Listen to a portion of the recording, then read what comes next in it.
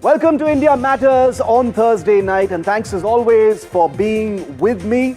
The big story tonight, like I began with, is 2611, and you're wondering why I'm talking about something that happened 17 years ago, and that's because the politics over 2611 and the hypocrisy in that politics is my big story. P. Chidambaram has given an interview that has lit up the political space before a big election in Bihar. My next big story is the ugly battle that has broken out between Priya Sachdev and Karishma Kapoor, both celebrity wives, past and present, of Sanjay Kapoor, the industrialist, over a 30,000 crore rupee estate. You will not believe some of the words that are being used between these two families. And finally, why is Zoho's new WhatsApp competing app called Arattai facing so much politics and hatred by certain sections within India? I'm going to be debating that as well. But on India Matters tonight, let's get straight to our lead story.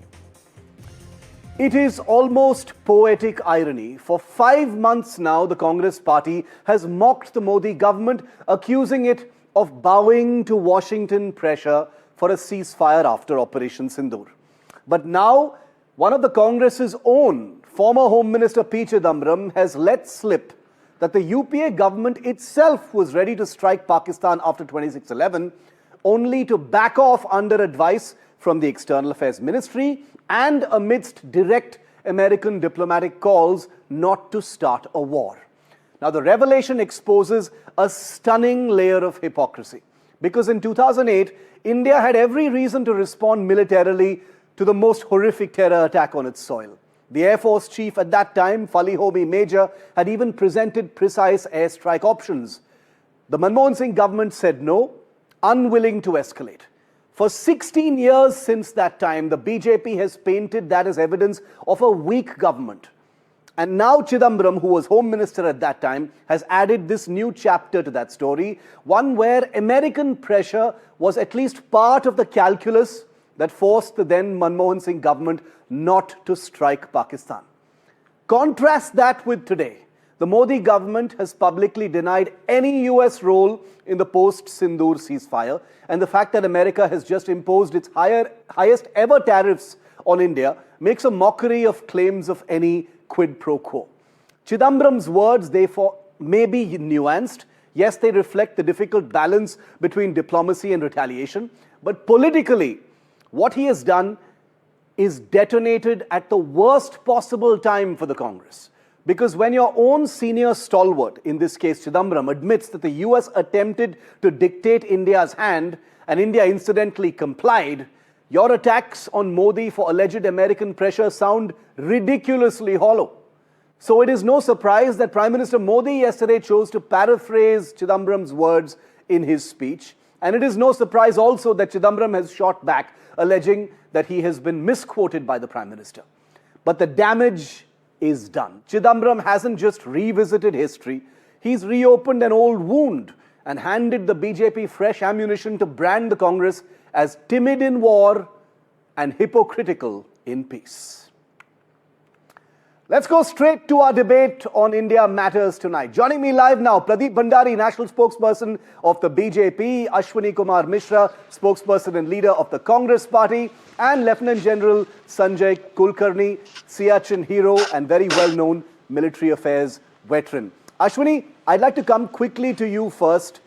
The Congress party, your party, has been attacking the Modi government for months now, saying that it has bowed down to American pressure and accepted a ceasefire with Pakistan, something that has been publicly denied, and even the facts on the ground go against that allegation by your party. But Chidambaram now saying that it was the External Affairs Ministry, Condoleezza Rice, American pressure, that was all taken into account in 2008 when the Manmohan Singh government refused to hit back at Pakistan, is very embarrassing for your party. Mr. Shiv Aroor, the most embarrassing is that when an American president claimed that because of them we have to do a ceasefire, and he has said that at least more than 30 times. Answer this question first. You asked me answer a question. This question first. I'm asking that question. Why we are asking? Why we are telling that government did a ceasefire? The pressure in the pressure of US but Ashwani government. Ji, you're not answering because government has never. I am not the BJP asking that question, sir. I am a journalist asking that question. You can say that to the BJP separately. I am asking you a direct question. Chidambaram has basically said, America said don't start a war, and you didn't start a war. No. Chidambaram has not said that. Chidambaram clarified as well. He says the External Affairs Minister. No. Ministry. He said that. And Condoleezza Rice. See, if you want put your words on my mouth, I cannot help with that. Let me complete what I'm trying to say. First, you asked me a question why Congress is telling that we did a ceasefire under the pressure of. That's not what I asked you at all. That's not why you asked that as the first question. But okay, let me come back to Chidambaram. Calling a government weak is not the right phrases, and he never mentioned that. Those were all decisions taken combinedly by the armed forces, by airport, by defense ministry, by the security forces. And if you go by the same logic, will you call Vajpayee government a weak government because they did not directly attack Pakistan right after Parliament attack or Kandahar hijack? These are all military let us assume. Let us assume for a moment, sir. Confidential in nature. Let us assume. Okay, Ashwani ji, for your sake, Ashwani ji, for your sake, let me call the Atal Bihari Vajpayee government weak. I Shiv Aroor, am standing here and I'm saying Atal Bihari Vajpayee government was weak for not attacking Pakistan. Now will you admit that Congress government was weak in 2008? No, these decisions are not only the government decisions. These decisions involve armed forces, strategy, calculations, timings, and all those things. And it is a combined decision of all the forces. US pressure also. US pressure also. See, we understand relationship with Pakistan. Pakistan is the country which is funding terror, and mere killing few terrorists is not going to help at all. You need to kill terrorists along with ensuring that Pakistan does not repeat that, and for that you need to have a diplomatic pressure as well. Ashwani, you're not handling the question I'm asking straight out, because as a conflict reporter and a war reporter, I am also aware that these are complicated decisions. But the issue here today, Pradeep, is the hypocrisy of the Congress party. The Congress party has been pointing a finger at the Modi government and saying, "Arey, you bent down to the Trump government. You listened to the Trump government. You had no choice but to be dictated to by the Trump government." And here Chidambaram is insinuating, he's not saying it directly, but he's insinuating that the External Affairs Ministry said it is not a good idea to go to war. Condoleezza Rice paid a visit and said, do not start a war. And ultimately a war was not started. The implication is that there was pressure. Pradeep, this is about hypocrisy. It's not about the decision. I personally don't think it was a bad decision not to start a war. Well, Shiv, the nation wants to know the truth. And our submission is the following. I have with me the book Choices, which has been penned by then Foreign Secretary Shiv Menon. And allow me to make the following submissions. The then Foreign Secretary says, and I quote, that in his opinion, that India should have hit Pakistan, preferably an action against LET headquarters in Murid-K. And according to him in his book, even Pranab Mukherjee agreed to him and spoke publicly about all options being open. Now, Mr. P. Chidambaram also says that in his individual opinion, he believed that we should have hit Pakistan. So if Mr. Pranab Mukherjee wanted to hit Pakistan, Mr. Chidambaram wanted to hit Pakistan, then Foreign Secretary wanted to hit Pakistan, Manish Tiwari in his book says that India should have hit Pakistan. So who was that superpower inside the government which got into the pressure of the United States of America or any third foreign power and did not attack Pakistan? So was it Mrs. Sonia Gandhi who had put a political veto on the government, because at that time she was more powerful than the Prime Minister at that in the UPA government? So the nation wants to know that if the entire cabinet or large section of the cabinet and the powerful ministers and the Foreign Secretary and the National Security Advisor wanted to attack Pakistan, who stopped the UPA government from attacking Pakistan? In fact, who was complicit in UPA government for being soft on Pakistan? Our charge is that it is Sonia Gandhi. If the Congress party believes it is not so, so who was responsible in the UPA government? Because if you recall, Barack Obama in his book, Promised Land also says, and I'll end in 10 seconds, that he believed that the UPA government did not attack Pakistan because of vote bank politics. So who was superseding that vote bank politics that India compromised on national security? Even after 10 years, India needs to know the truth. Okay. Mr. Aroor, first of all, this is a very grave allegation being cast. Pradeep of the BJP says it was Sonia Gandhi who took that final call because the buck stopped with her as far as the Congress government was concerned. There was the National Security Advisor, there was the Home Minister, there was the Chief of the Air Staff who has spoken to me directly and confirmed this, Ashwani, that airstrikes were ready, the system was prepared to strike, but someone in the system, the BJP says it was Sonia Gandhi, said no strikes are going to happen. How do you respond to that? Mr. Aroor, it is not about whether we attacked Pakistan or not attacked Pakistan. It was all about whether we should have an open attack or a covert operation. And it was a combined decision that let's not have an open attack because if you look at other army personals, they have clearly said that under UPA government also we have done multiple covert operations because that was the strategy. We never believed in the strategy of an open escalation of war, wherein we were believing in the diplomacy along with the covert operations so that we can fight on the multiple front.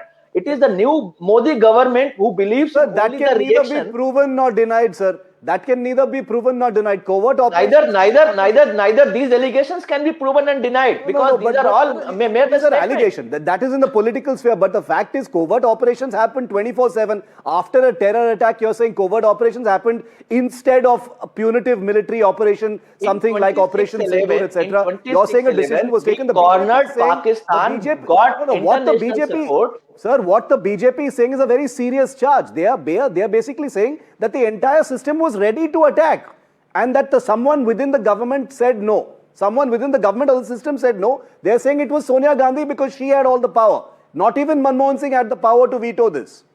See, BJP can put any allegation, Mr. Aroor. I want to ask you. You are a journalist, very senior journalist, and have a good acumen around it. I want to ask you, there is one guy called President of United States of America claiming that because of this war was stopped, and our Prime Minister is not countering that. That is one. And on the second hand, you are just putting an allegation. Which one is more serious? It has been countered 11 times, including by Dr. S. Jaishankar. It has been countered, including by Dr. S. Jaishankar. Why can't that is silly. Parliament? You've made a prestige issue out of Prime Minister speaking in Parliament, Prime Minister responding. Because it is diplomacy. Head of another state which is questioning our sovereignty.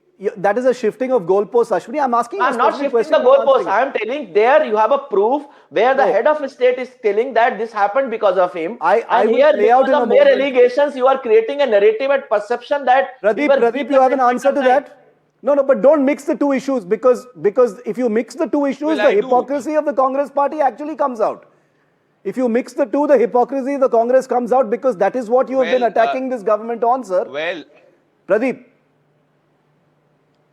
Well, Shiv, you are one of the most senior journalists in this country. Nobody in this country would know defense better than you. Can you please name me any person in the Indian Army or the Indian Air Force who served during the time of the Congress government who on record has said that they did not want to attack?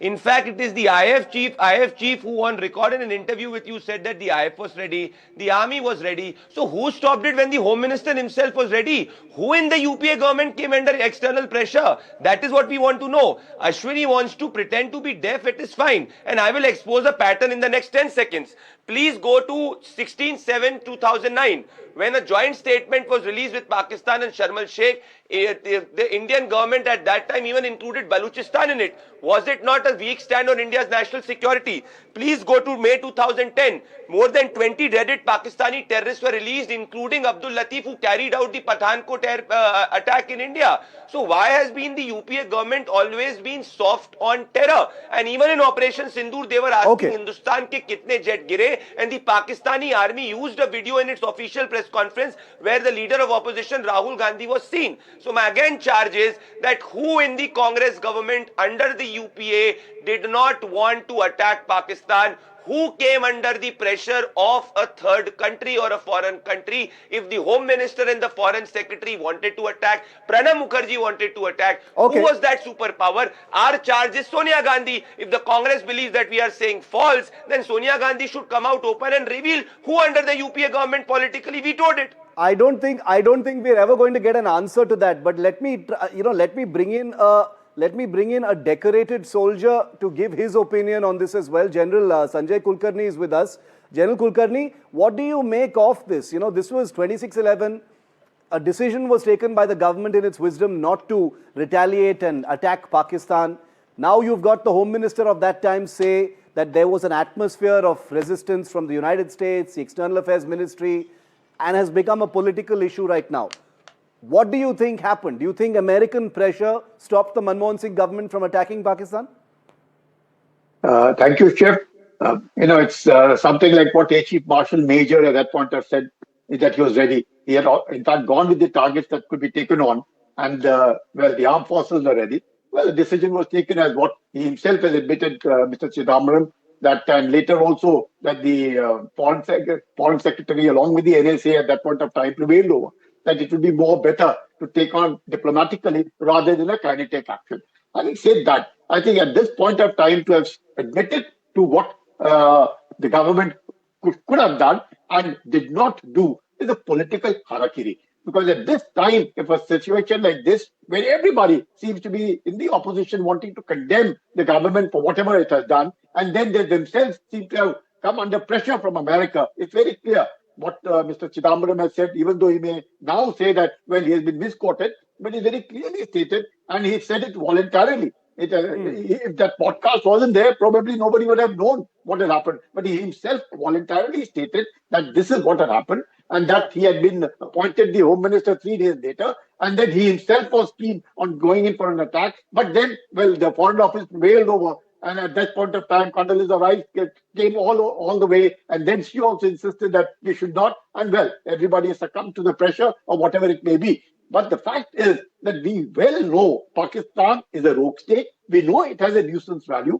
We already knew that Pakistan uses terrorism as an instrument of state policy. Absolutely. And then, well, we could have avoided all these incidents that had taken place after that. Had we been at that very outset with punitive deterrence should have been the answer. Pradeep, at that point of time, yeah, probably absolutely. we would not have. Pradeep, why would I want to understand from the BJP's perspective, why would Mr. Chidambaram bring up this US aspect at all, knowing that this could get the Congress party into trouble?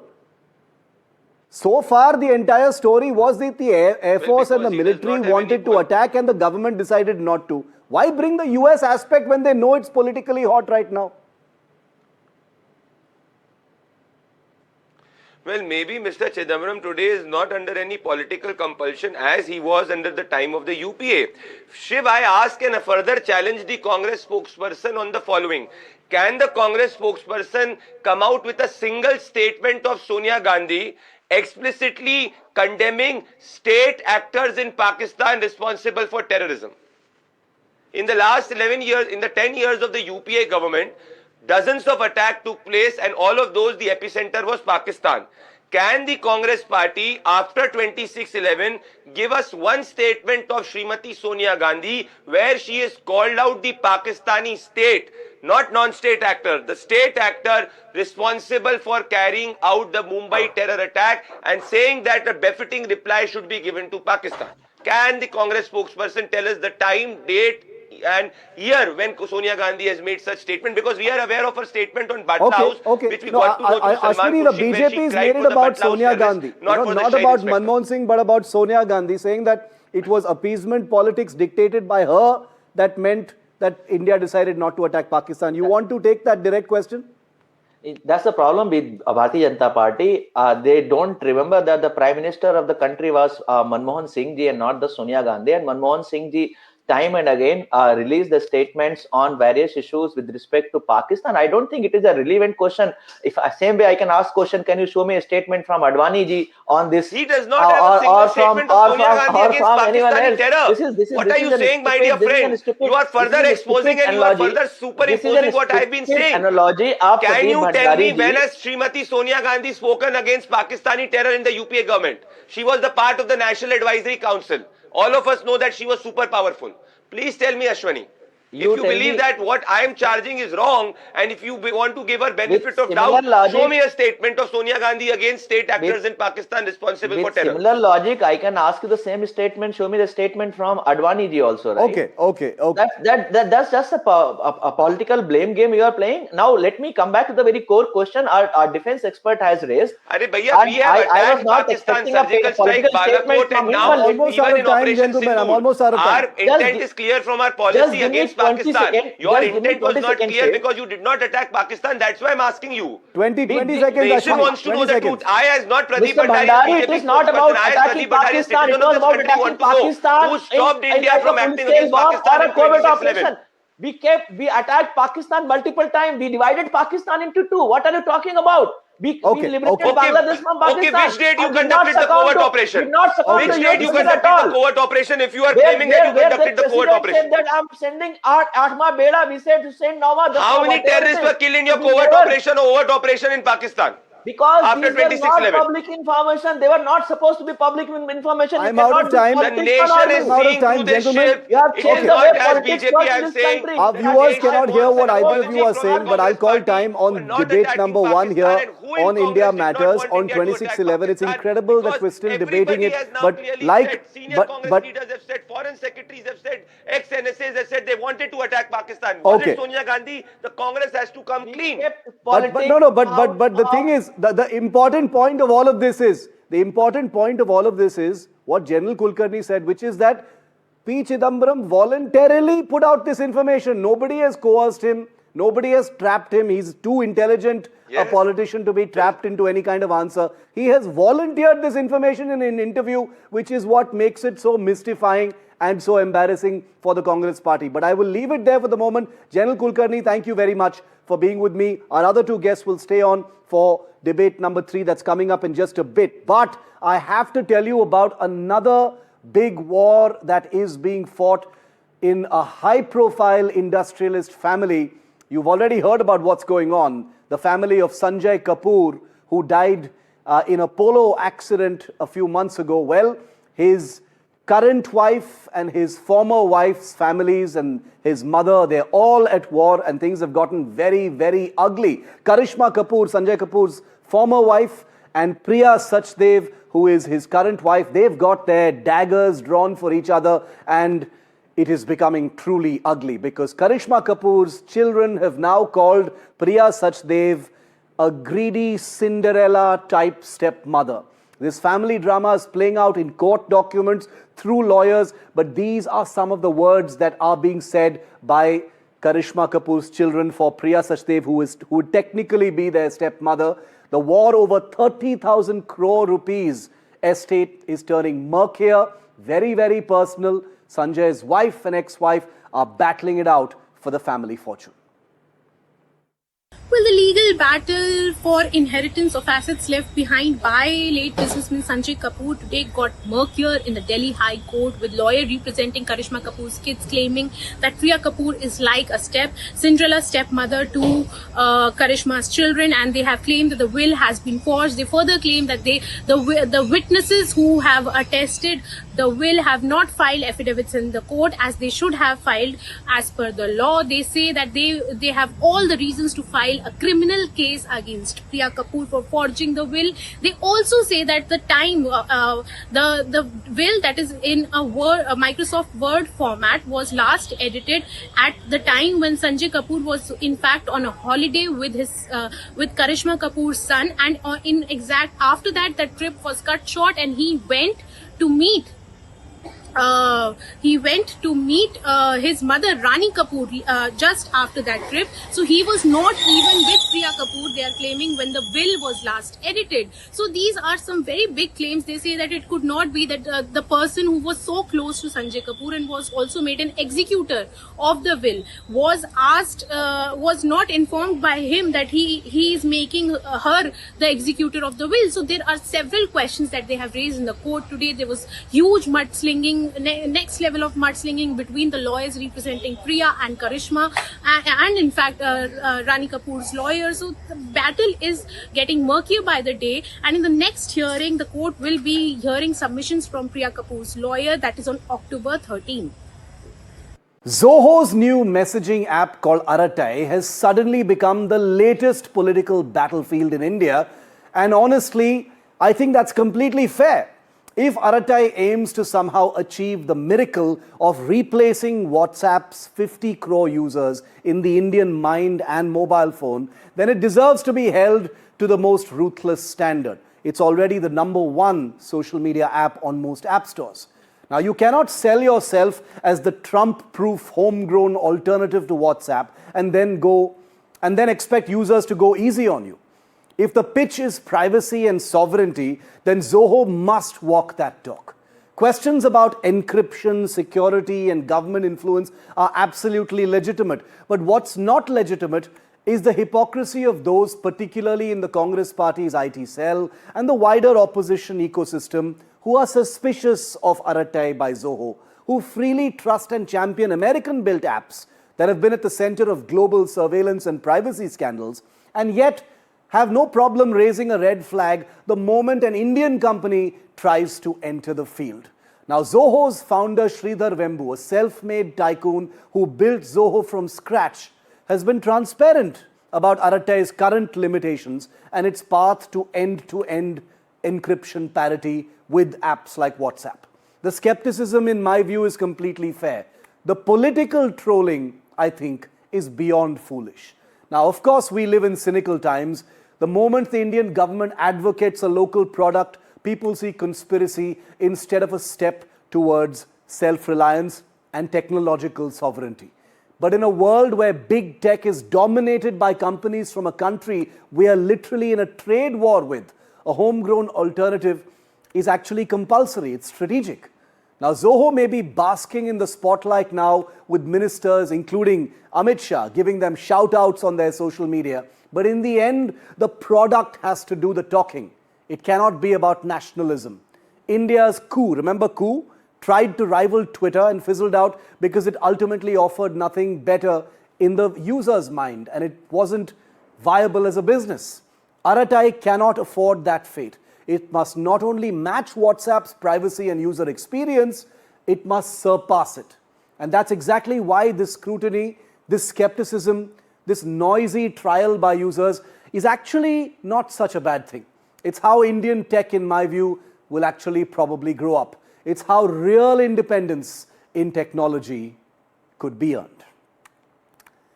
Okay, let's go straight to our discussion. Pradeep Bhandari of the BJP is with us. Remember, the BJP-led government at the center has with open arms embraced Zoho apps, including Arattai and Zoho Mail, as the Desi alternative to American applications and email and WhatsApp and what have you. Ashwani Kumar Mishra is of the Congress Party. There are several Congress IT cell and Congress members who have raised a red flag on Zoho and cast doubt over how the government appears to be embracing Zoho apps suddenly. Dr. Sumanth Raman has put out what, in my view, is perhaps the most nuanced take on this entire issue. At a time when people have had very extreme, fierce views on this, I found Sumanth Raman's views very, very nuanced and actually very sensible. But I'd like to start with Manish Maheshwari, who's the co-founder of Coup. He's an ex-head, a co-founder of Fannery AI. He's a former head of Twitter in India. So I want to get his view first in on this. Manish, a big mountain to climb for Zoho. You know, they're having a dream run right now with the government embracing them, giving them shout-outs, getting Zoho apps to be used by all government agencies as well. Do you think it is going to succeed? Let's talk specifically about Arattai for the moment. Yeah, I think, first of all, let's lay the foundation of where things are, right? I mean, first of all, you have to commend the fact that, an entrepreneur has built something and they have gone ahead and, at least starting to compete with a global player like WhatsApp, which in itself is quite commendable. The second thing we also have to give in to the fact that WhatsApp had a long lead time. I mean, they haven't become WhatsApp overnight. They have had, more than a decade of work behind it. And the third is that, clearly in a game like WhatsApp or any of the social media, the network effect plays a big role, right? I mean, not only it's the quality of the app and the kind of features you have, what makes this app powerful and strong is the the users they have on the platform and the relationship between the users. So today, not only you have to be better in the features, but you also have to somehow get users to start using it. And they have got a very good lead. I would say that in a very short amount of time, they have gotten sizable number of users. They are also getting a lot of good endorsement. So if they can continue those positive, virtuous cycle, and they have the right level of user base and user interactions happening on the platform, they can then begin to start competing with the established one. Okay. It does take time. I mean, if you look at the history of social media as well, there was Orkut, right, in Brazil, which came much earlier than Facebook, and it took Facebook some time, but then ultimately Facebook became victorious over Orkut and became the social media platform, even though Orkut was the first one to come. Similarly, we also have another example called Google Plus, which came in later, and they tried to compete with Facebook. Yeah. They could not succeed, even when Google was behind it. So it's a question about, are you able to keep your users satisfied, and are you able to get enough number of users so that you have the critical mass to then launch a serious threat to an incumbent player? Yeah, absolutely. Competing with something like WhatsApp is one thing, but occupying a space at a time when we're talking about technological sovereignty in an uncertain world is also very, very important, and privacy is a huge issue as well. Dr. Sumanth Raman, fierce views online, which is not surprising at all after Amit Shah, gave an open shout out to Zoho as well. Many other ministers have come out to talk about them, which you're saying is a red flag in some ways. But most people have used it as a kind of reason to brand Zoho and Arattai as Sangi apps, quote unquote, and to cast doubt over their quality, to question whether everything is kosher, if I may use that phrase here as well. What do you think of that? Because like you said, Sridhar Vembu is a self-made man. He has done a great deal to make this company, a success of its own accord, even before this current phase. What do you make of the politics over the Arattai and Zoho apps? Okay, if you look at where Arattai actually fits in the Zoho scheme of things, it fits somewhere fairly lower in their list of priorities until the recent spurt in interest in Arattai. I mean, Arattai was, Sridhar Vembu was promoting it on his social media pages and stuff like that. But there's never been a big bang attempt to, push Arattai as a replacement for WhatsApp or whatever. So the 2 points, Shiv. One of them is an app today is not an Indian product or, it's not something that is to be consumed just by people in India. If people like it, it will go all over the world. Yeah. Look, let me give you 2 examples. TikTok has more than 1 billion users outside China. Okay. And WeChat has more than 150 million users outside China. So these are, you can call them Chinese apps, but for all practical purposes, they have got users in every part of the world. And this kind of, government promoting it as a desi kind of thing. Look, I cannot recall in any democracy something like this actually working. If you can give me a few examples of where people had a choice. I mean, it's something else where if something is a monopoly, for instance, you have IRCTC. The IRCTC app is rubbish, but it's got a little better now, but people still struggle with it. But you have no choice. If you want to book a train ticket, you can't do anything else, right? So unless it's something like that, you cannot ram it down people's throat. And that is why I have a issue with the government suddenly starting up and saying, we will move all. That is something which, first of all, they should not be doing. I don't think it is appropriate for the government to start promoting one company unless they've actually gone through a process, identified a dozen players, gone through the entire, back end of how. Let's get Pradeep to comment on that. Pradeep, Dr. Sumanth Raman says it's not appropriate for the government to, openly espouse one particular company in this manner. How would you respond to that? Well, Shiv, we question this particular mindset of Suman and others who have issues with Indian companies going global and the government promoting Indian companies in a fair and transparent manner, and the same individual in the same lobbies will are okay of foreign companies being promoted, because that is what Congress has done. Please let us look at what are we speaking about. We are speaking about two precise principles of technological sovereignty and digital sovereignty. Now, nations and larger economies, if you see $20 trillion economies, $29 trillion economies, all have seen their companies going global, and that is how they evade influence in different markets. Now, we've seen that in the year of 2025 itself, more than 10 Indian companies have come into the unicorn race. We've seen more than 1 lakh Indian startups, and this precise mindset of the Congress party was responsible how in 70 years we could not even have 1,000 Indian startups. So when the Indian startup ecosystem is booming, when a company is doing fine, when the company is trying to go global, I believe that as a natural Indian citizen and a government definitely being a stakeholder in promoting Indian companies in a free and transparent manner is doing what it is in national interest. It is in our national interest that Indian companies become global. We see more Indian companies in Fortune 500. Yeah. We see more Indian companies going and conquering other markets,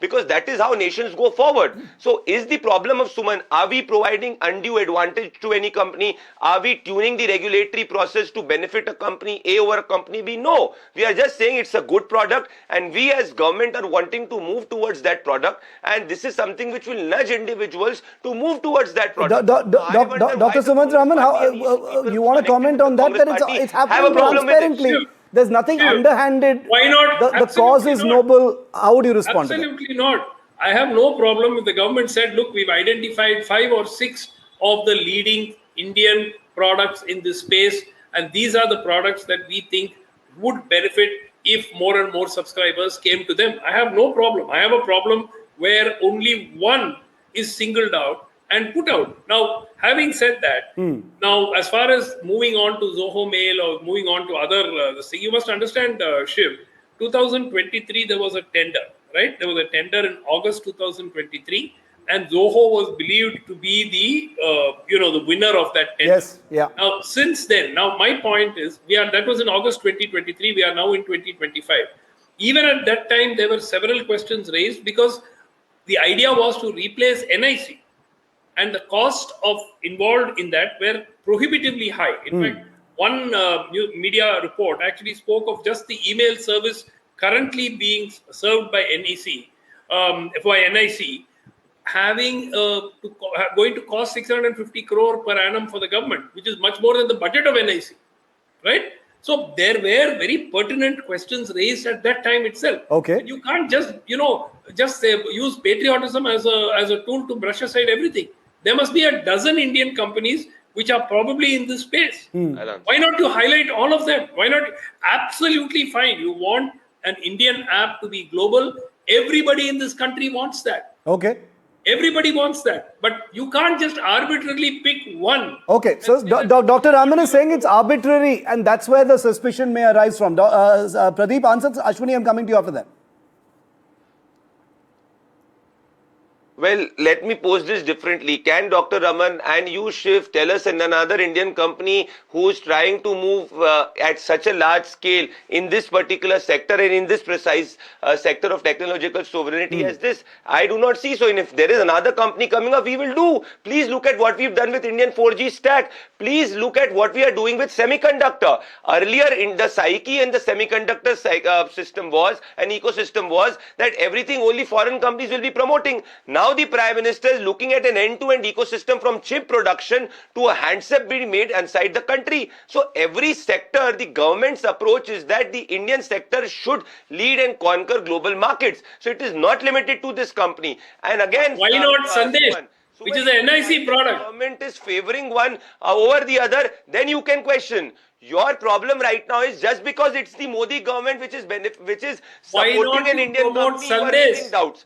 Had you supported Indian companies in the past, you would have seen more Indian companies as first generation entrepreneurs going global. You only supported family offices going global. You never supported first generation entrepreneurs going global. No, but Dr. Raman, what are you insinuating? You're insinuating that there is some underhand deal, something. I am not insinuating anything, Shiva. I'm just pointing out to the principle. Okay. You have GeoChat, which again is not necessarily a bad product. You have Sandesh, which is NIC's own messaging application, which was actually developed as a secure alternative primarily to foreign platforms.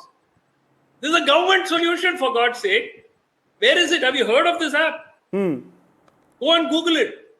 It was actually built by NIC. Suman, I will answer your question with another proposition.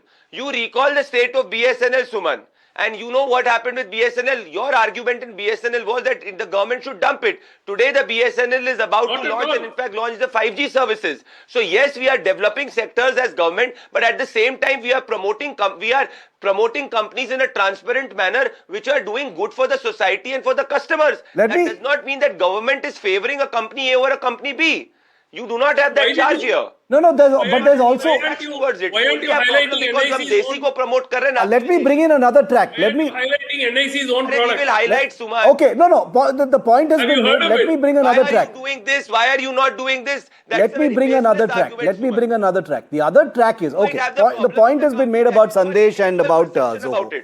But Sridhar Vembu himself, who is the founder and the man who runs Zoho, you know, there are certain prominent voices who have been raising a red flag about him as well, saying that he is close to the government, he is praising the government, so he is personally compromised. Sorry, Shiv, Ashwani, these are people from your party, your ecosystem, who have been saying Sridhar Vembu is a compromised individual. Trust me, bro. Fact checkers, they're all attacking Sridhar Vembu, saying that dal mein kuch kala hai with this man. Why that propensity?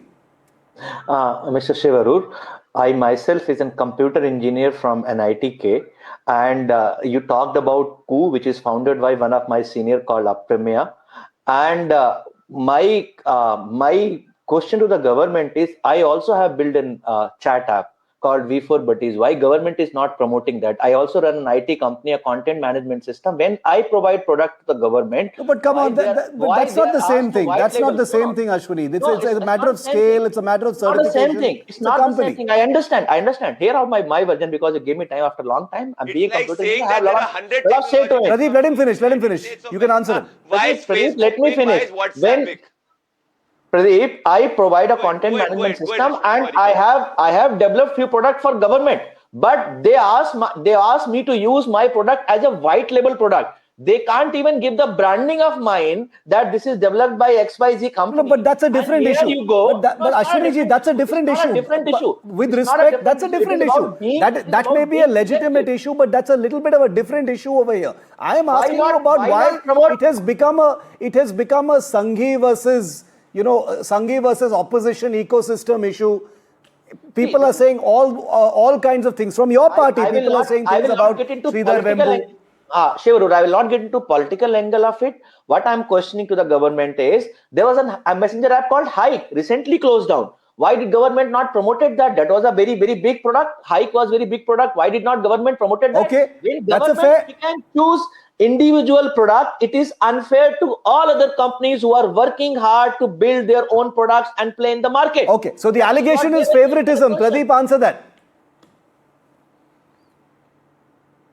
Well, first of all, I exposed Suman on your show.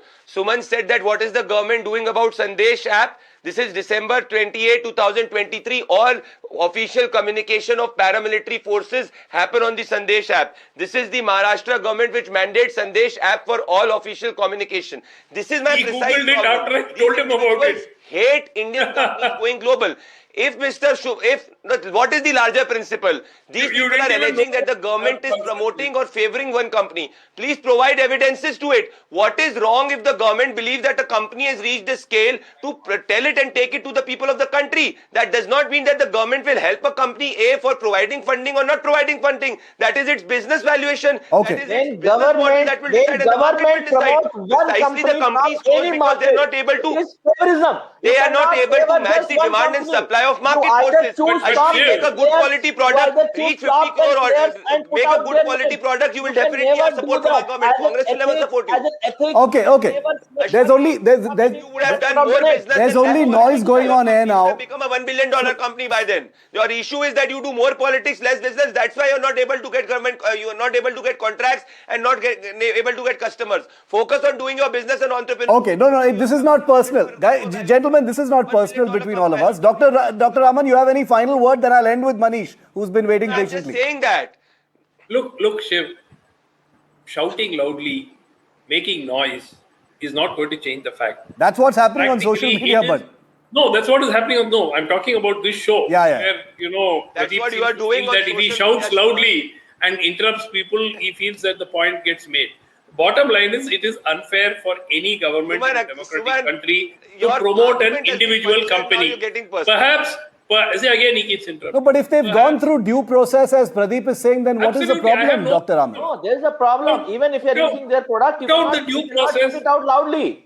Put it out. No, why not you put out the due process? There is no problem with it. See, Shiv, nobody, let's say they've gone through a tender, they've been evaluated.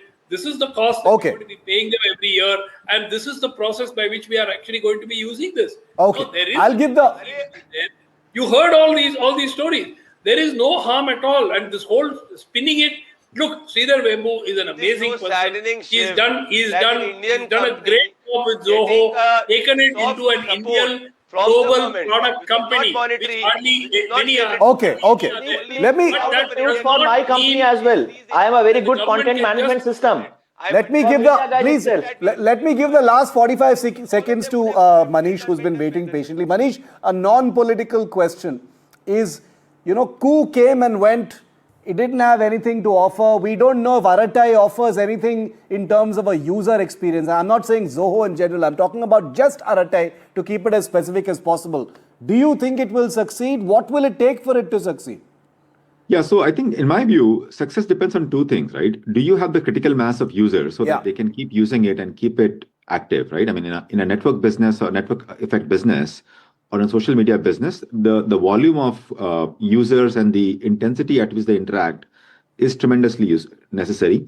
Second is these businesses require a lot of funding because running an app, hosting all this data, all this content requires a lot of money. And my view is Coup was not able to sustain for a long time because clearly they ran out of money, plus the fact that they were not able to put a strong front against Twitter, even though there are a lot of good support.